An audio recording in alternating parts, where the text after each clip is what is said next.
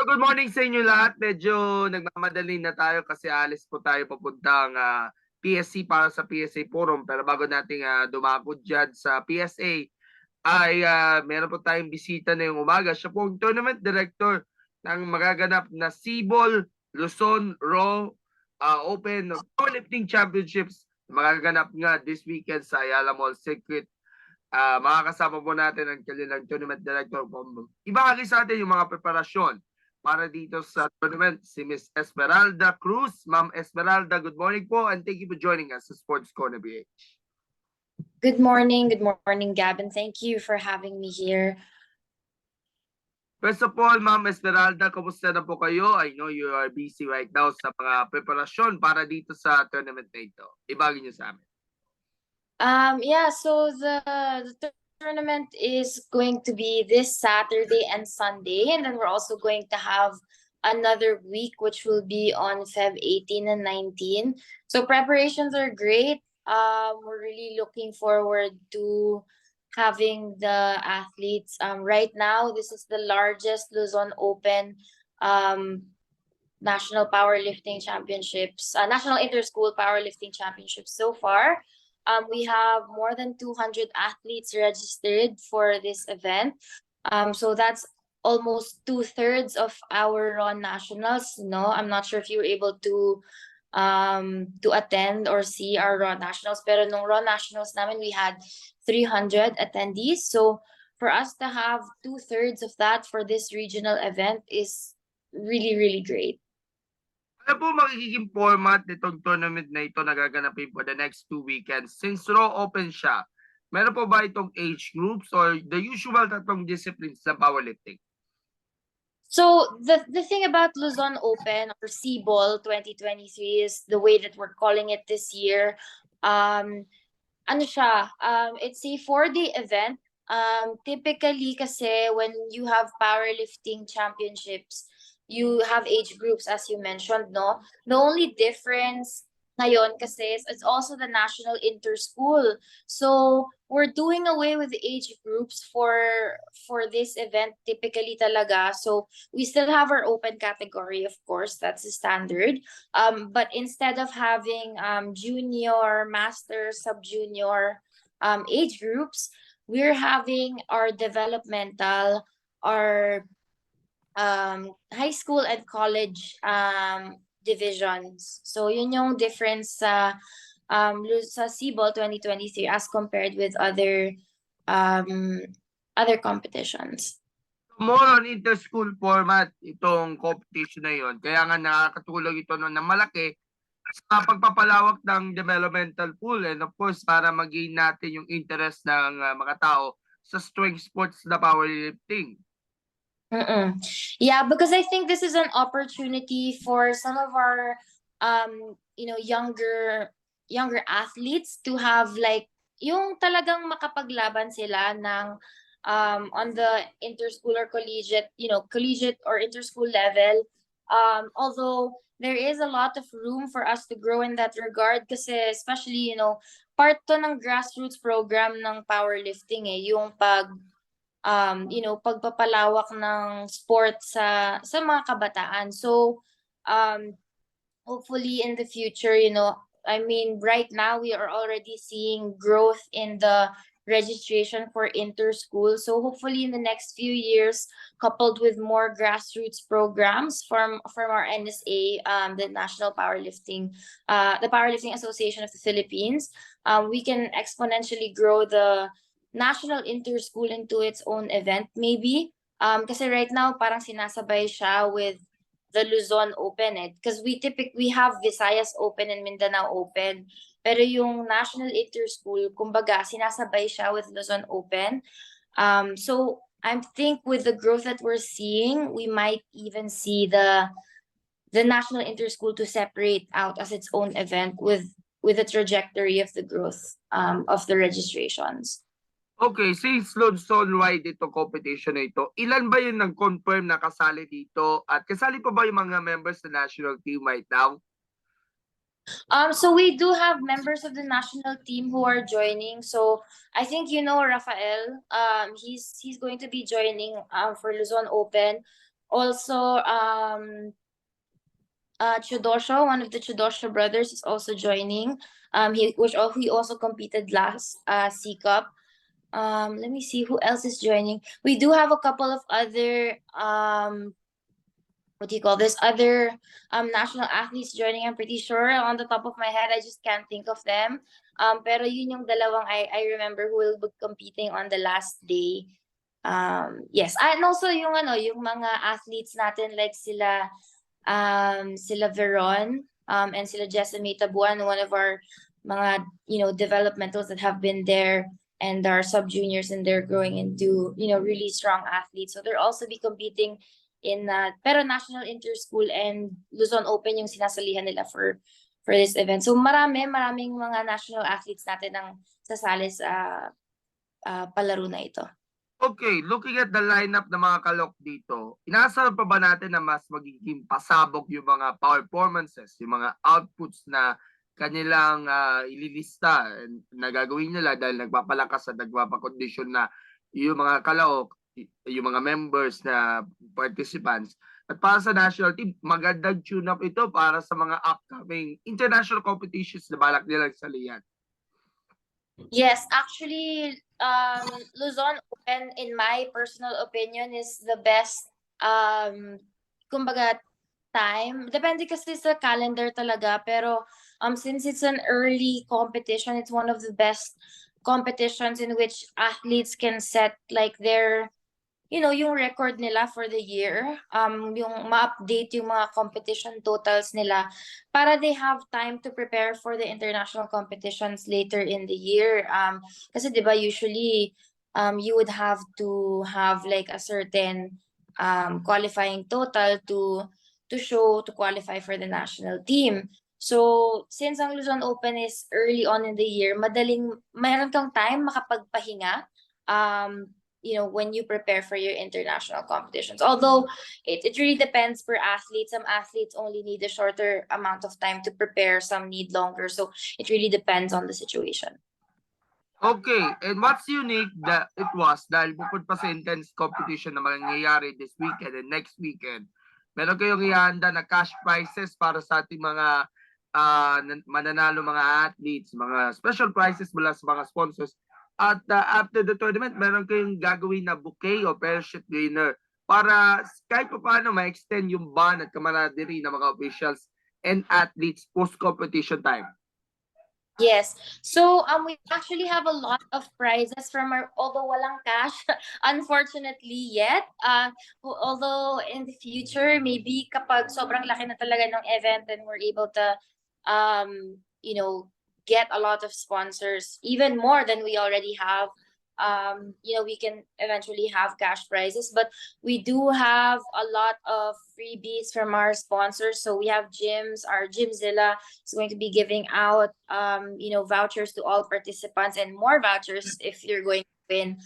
We also have PH Athletes and Athleisure line who will be giving out shirts to our best lifters. They'll also be giving out vouchers to all participants. Pocari's will also be distributing their product to our athletes as our official hydration partner. And then we have, of course, the rack.co. They will be giving out what do you call this? The Eleco performance bar to our best open team. On top of that, they have so much other prizes that they're gonna be giving away for raffles during the banquet, as you mentioned. So the banquet will be on the 19th of February after the competition. So dito magaganap yung awarding ceremony for the yung best lifters tsaka best team. So in a way, para siyang buffet dinner where we're going to have really a time to mingle with each other as athletes, officials. Usually kasi pag after powerlifting competition, nagkakanya-kanyang kainan na eh. So first time to na magkakaroon tayo ng banquet. Para rin yung some of our sponsors will be there to attend sa banquet. So kumbaga we're going to bring the community closer talaga by developing those relationships hopefully sa mga ganitong maliliit na steps. Okay, so sa opening nila this coming Saturday ata o Sunday, in-invite mo mismo si PSC Commissioner Bongku to witness the event. Tapos meron ata Guinness Record attempt na gagawin si Joyce Gail Labaton. Can you provide more details about it? Yes, so day one is actually going to be Women's Day, if that makes sense. So lahat ng babae ay magko-compete this coming Saturday. So we're going to be having an opening ceremony. So typically naman lahat ng palaro, 'di ba? You know, PNG, Olympics, all games usually have opening ceremony. So this is going to be also the first time na magkakaroon tayo ng formal opening ceremonies. And then part of that will be Joyce Reboton attempting a Guinness World Record, attempt at a Guinness World Record. So yung i-attempt niyang i-break is AMRAP squat. So meaning as many reps as possible under 1 minute na body weight squat. So mangyayari nun is i-weigh in siya not more than 1 hour before siya mag-attempt. So malapit lang. So kung ano yung body weight niya nung araw na yun yung kailangang i-load sa bar. So for example, she weighs 75 kilos, lalagyan ng 75 kilos total yung bar, and then yun yung dapat weight na isa-squat niya. So kung ano yung pinakamaraming reps na magawa niya or ulit ng squat in 1 minute, I think she needs to break something around 40 something reps in 1 minute. Yun yata yung current record. I am not entirely sure what the current record is, pero yeah, that's about it. And then yes, as you mentioned, we invited Commissioner Ku to attend. She really wants to support. She's actually she's the commissioner in charge of powerlifting kasi. So she really wants to support and be there for this event. And also with her involvement in women in sports, it's really important for her to be able to see the growth of women in powerlifting. You know, maliban kay Joyce na forefront ng powerlifting, especially for women, it's really nice to see that the entries in the women's in the women's category is increasing year by year. And of course, nandyan rin ang suporta. Pero bago yan, yung first day will be women's. Tapos yung mga second, third, and fourth day will be the men's open, di ba? Yes, iba-ibang weight class siya. So the second day is yung medyo lighter weights. So that's all boys developmental 59s and 66. Under 66 kilos basically. And then the third day would be our 74s and 83s. So sila actually yung pinakamadami. So magdadalawang platform tayo for those days. And then for our last day, we have our heavyweights. That's the 93s, 105s, and the 120s and 120 pluses. So yun yung current hati-hati ng araw natin for this event. And of course, nandyan din ang suporta ng bagong leadership nga ng PAP under kay Coach Willard Capulong. Well, alam natin si Coach Willard. Siya yung trainer at coach ni Joyce Gabriel Boton bago siya naging presidente ng PAP. Meron ba silang nakalatag na suporta for the technical and other stuff as well? Oh yes, Willard and I have been working closely with this event. He's been a tremendous help. And I think the leadership that he's providing is really going to, is working wonders for us right now. Being able to kind of find ways to innovate and also work through some of the challenges that we have. I mean, in any event, meron kang challenges logistically, technically, right? And so he's been a tremendous help, and he's been super hands-on. As you know, they're from Pampanga, right? Willard and Joyce. So they really do come here to Manila to meet with us regularly and attend to any needs that we might have as the partner, as a sponsor or organizing sponsor. So yeah, he's been great. Since this is a Luzon-wide tournament, itong Sibol, nagbabalak din ba kayo na magkaroon din ng legs sa Visayas at Mindanao para naman yung mga powerlifters naman dyan sa Visayas at Mindanao, ma-showcase din nila yung mga skills nila? Yes, actually, PAP already has released a couple of they've released their calendar of events, and right now I believe the um nominations is ongoing for the Visayas meet this coming March, I think. Although Equinox is not the organizing sponsor for that one, I think they have another board member supervising the preparations for that one. But yeah, there have always been legs in Visayas and Mindanao that PAP organizes, and as I think naman Sir Eddie Torres, so I know he was the one that was really hands-on with Visayas and Mindanao. So it's definitely interesting to see how that transition is going to look like with this new presidency. Bago ko ibanggit yung last question, nabanggit niyo kanina Equinox. Yan ba yung organizing sponsor? At ano mga duties at responsibilities ng Equinox para maging smooth ang pag-organize ng competition? So essentially, Equinox Athlete, I'm actually the founder and CEO of Equinox.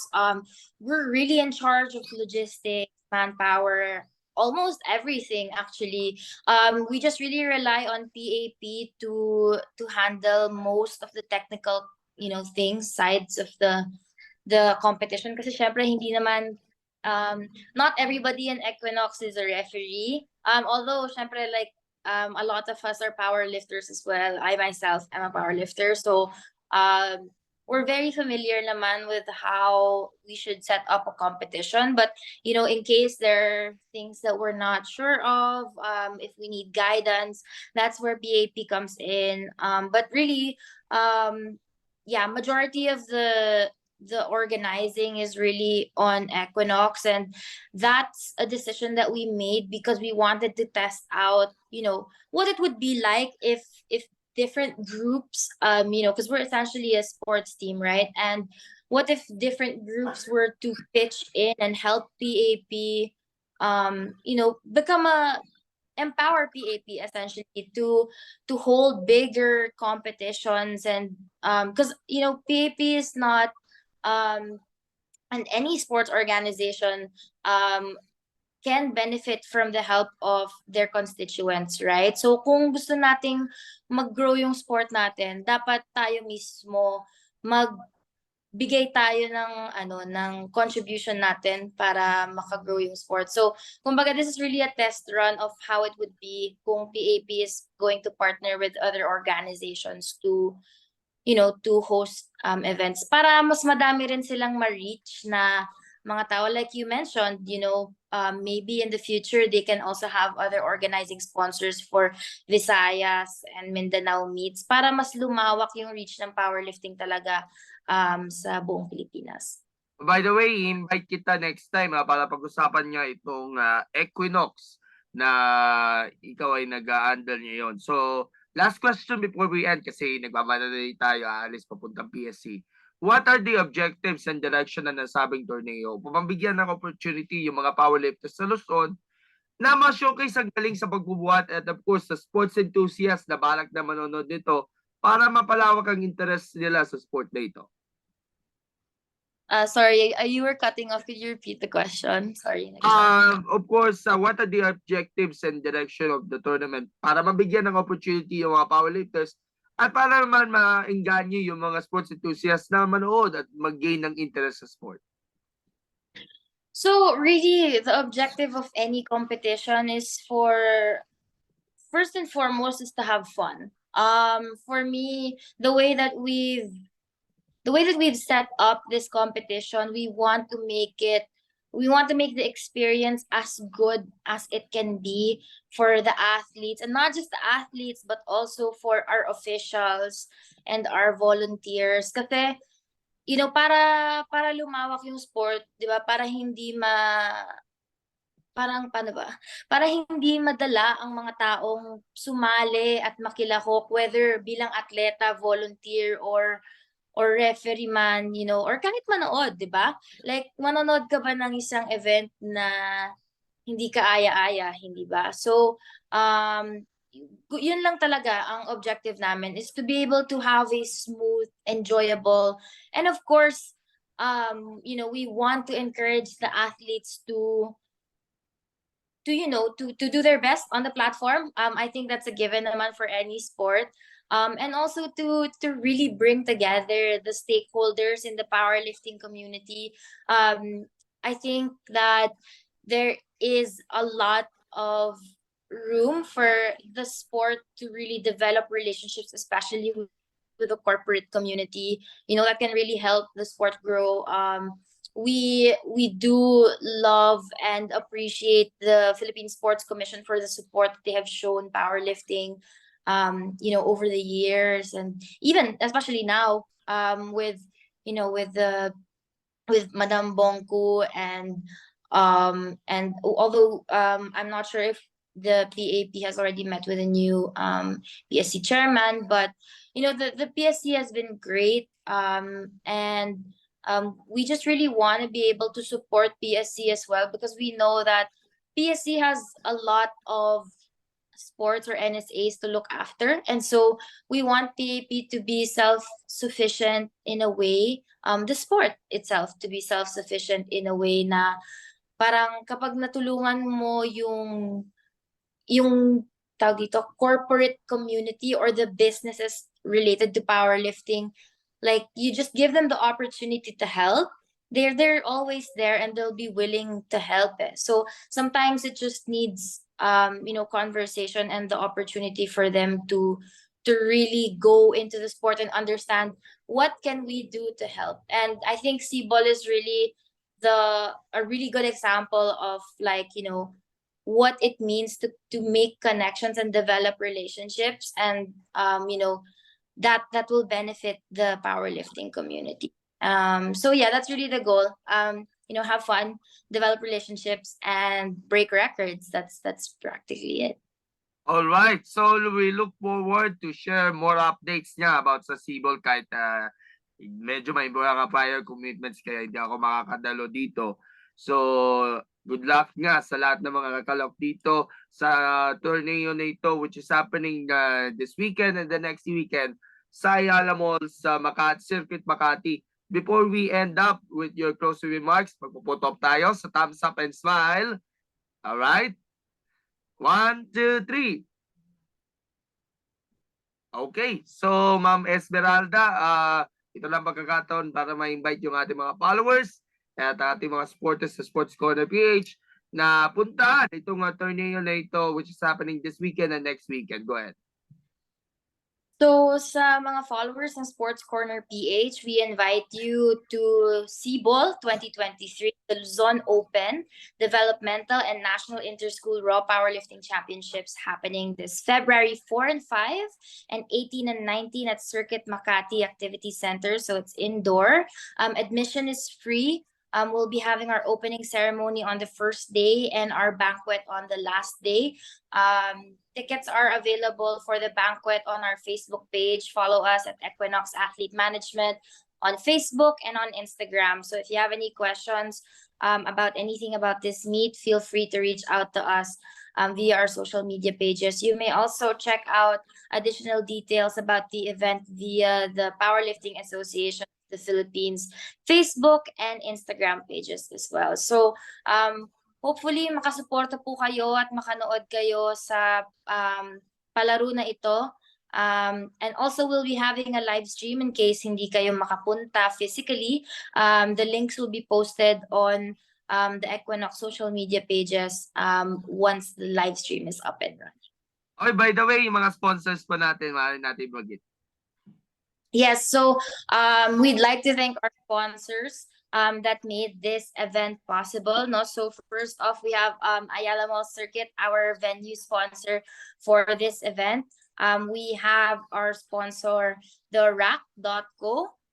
They're our official equipment sponsor of Equinox also. And then we have Play Hard Fitness, another equipment sponsor for this event. Aster Media PH, our official video coverage. Gym Silla PH, our official gym partner. PH Athletes, Ju Foam, Pocari Sweat, Whaleco, Muststream TV, our official live stream partner. Also Whale, Whale Nutrition Co, the official nutrition partner of Equinox Athlete Management. Okay, again, good luck to all the participants and the organizers, lalo na yung mga technical officials niya. And we look forward to see you again para pag-usapan natin yung Equinox at yung kahalagaan nito ng pagbibigay suporta nga para dito sa mga aspiring athletes, sa mga iba't ibang mga hindi natin gaano kapamilyar sa sports. And again, God bless, good luck po sa upcoming competition nga na Sibol. Thank you so much, Mama Esmeralda, and hope to see you soon. Bye-bye! Maraming salamat po. Thank you po.